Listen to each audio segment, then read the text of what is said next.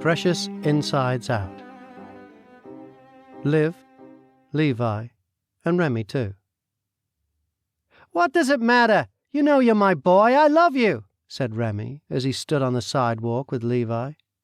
From the house party they'd been at, Remy and Levi had walked all the way to outside the entrance of the neighborhood, and would have kept going if outside the neighborhood was surrounded by anything other than woods. "Just never mind, get away from me," replied Levi. No, seriously, what does it matter? I don't give a shit about her. Just the old in, out, hide the weenie, sport fucking. It matters that it's me. You knew how I felt, and you did this to me. Out of all the people on the fucking planet. Whoa! Do you really need to bring all the people on the fucking planet into it? As Remy said this, with a grin, Levi turned and started to walk in the opposite direction, down the cold and lonely midnight street. Whoa, where are you going, bro? Don't fucking bro me, man. In case you forgot, we're supposed to be friends. After all we've been through, I will never be able to forgive you for... Hold on! Spat out Remy, as he took the stance of someone who saw something they didn't want to see. Pointing towards the ominous woods that consumed the other side of the street, he said, "What the—" "It's just a dog, pussy," said Levi, as he and the Saint Bernard from the woods came together like long-lost friends. "I thought you liked these things." "Not when they come out of the woods like that shit. What if it has fucking rabies?" "Rabies. Sweet Megatron here doesn't have any rabies. Do you, Megatron?" "Why are you calling her Megatron?" "I call all dogs Megatron." "Even if their name really is Megatron?" "No, then I just call them dog." "Then why would you call them Megatron at all?" "I was hanging out with Hugo this one time, and we went to some house for a party. Anyway, while we were there was a dog, and this dude, Jared, started calling it Megatron. Megatron wasn't its name, mind you, but the thing seemed happy enough with it, and I thought it was funny. Then I realized, why would I call him anything else?" "That's it?" "That's it." "That's dumb." "Well, what makes you think that Megatron here is a girl?" "I have eyes, outta bitch." Levi didn't appreciate being called a bitch, but he decided to let it slide this time. Remy continued to watch how warm the dog welcomed Levi, so he decided it was time for him to go and introduce himself too. Remy sidled up to Megatron and stuck his hand out, and a moment later, Megatron made it disappear. As Megatron shook Remy from side to side, Remy's blood sprinkled on the street. He screamed and tried to pull his hand away, but this demonstration seemed to motivate Megatron to bite down harder. So Megatron clamped down, and Remy screamed out, and those two kept at it until Levi pulled out his faithful pocket knife and played a game of hide the blade with the meaty part of Megatron's neck. The game of tug-of-war for Remy's hand drifted to a halt. "Shit, dude! I need to go to the fucking hospital!" said Remy, as he held his leaky faucet of a hand and continued to drip blood. "Just wait here, and I'll run and get help, okay?" Something's wrong, Levi." Remy then dropped to the ground and started convulsing in the street. Levi, not having a clue what to do, stood and stared at his helpless companion. Then Remy stopped moving, and Levi began to tremble. Rem, come on, man." Remy stayed motionless for what seemed like a lifetime. Levi began to regain his senses, and was about to run off for help when he noticed that Remy had begun to move again. "Holy shit, man, Rem!" Remy responded to Levi's call by flailing on the ground like a fish out of water, and Levi couldn't bring himself to get near him. Then a car could be heard coming down the street. Remy lay in, and it was moving fast.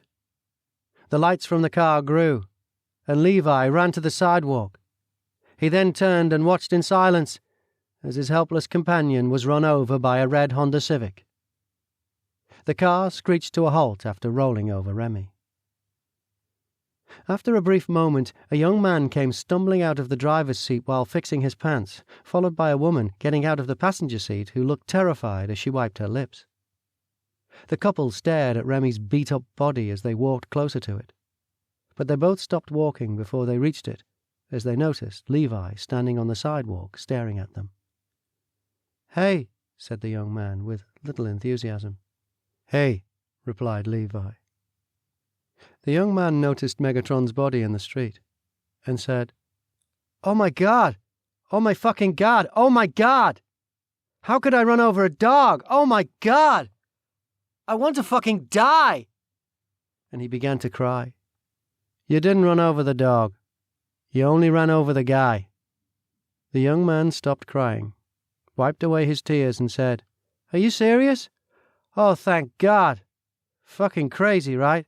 I couldn't avoid him. The guy ran right in front of me. What was I to do? You saw the whole thing, didn't you?" "He wasn't running when you ran into him, but he was." "No, that's bullshit. That's not what happened. You know that's not what happened. He ran right in front of the car. It couldn't be helped." Then the young man turned to his female friend and said, "Isn't that right?" "He's still alive!" screamed the woman, who was more focused on Remy's body twitching in the street than the dialogue exchange happening between her young male friend and Levi. "Holy shit, Liv, call 911, said the young man. "Wait," exclaimed Levi. "Wait? This guy's dying and—" "You were the ones that hit him, so you and your girlfriend are the ones going to jail." "We're going to help him." "You should. You should just get rid of the body. With injuries like that, he'll maybe last 10 to 15 minutes tops. An ambulance will never make it in time. And if you try to take him to a hospital yourself, you'll just end up arriving with a dead body in your car and a lot of explaining to do. Let me help you." "Help us? You're crazy." "Help us help him." "Babe, maybe he's right," Liv chimed in. "You can't be serious," said the young man.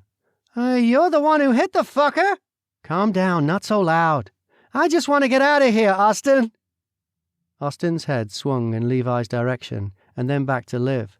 Fuck. Okay, let's do it." "Do you have a tire iron?" asked Levi. Austin looked at Liv, and she shrugged. Then he turned back to Levi and asked, "What for?" "He's still moving. We should put an end to that before we take him away." "Why don't you put an end to it? You've got that knife in your hand." Levi looked down at the bloody knife still tightly gripped in his hand since stabbing Megatron. He said, "I don't want to kill anyone. It's your mess. You can do it," and tossed the knife towards Austin. Austin made no effort to catch the knife, and made several quick movements back and side to side as the knife flew through the air and landed more or less in front of him. "Austin, just get it over with. I want to get out of here," said Liv. Austin turned to Liv and said, "You think I don't? I don't even want to go to the fucking party anymore. And I don't see you volunteering to murder this guy." Turning back towards Levi, he said, "You should be doing this. It was your idea anyway." "Austin, did I suck your balls out through your cock? Stop being such a pussy and get it over with, fucker," said Liv. "Fuck," said Austin, as he bent over to pick up Levi's knife. As Austin was bending down, Levi noticed that his helpless companion Remy was stumbling onto his feet, and after hearing Remy's grunts and groans as he moved about, Austin and Liv noticed Remy too. All three choked on trepidation as they stood and stared at Remy. Hey man, you good? You gonna be all right? You scared us there for a bit," said Austin, but Remy gave no response. Remy was standing, but the way he rocked back and forth made him seem structurally unsound. Austin saw this as a perfect time to justify himself as the hero in the situation, so he took one careful step at a time and made his way towards Remy. Austin began to whisper to Remy, "Buddy, hey buddy, you're lucky we came along. Some assholes hit you with their car and then Remy jolted forward and bit Austin's neck. Austin's screams would have pierced the eardrums of Liv and Levi, but Remy had his teeth so deep into Austin's Adam's apple that Austin couldn't let any of his sounds of desperation out into the night air. Liv was frozen with fear as she stood and watched her lover losing his life one bite at a time. Remy ripped chunks of flesh off Austin's body and tore his precious insides out. Then Levi grabbed Liv's hand and pulled her away as they ran into the neighborhood of Willow Rose Hill. Gird your loins, procreator.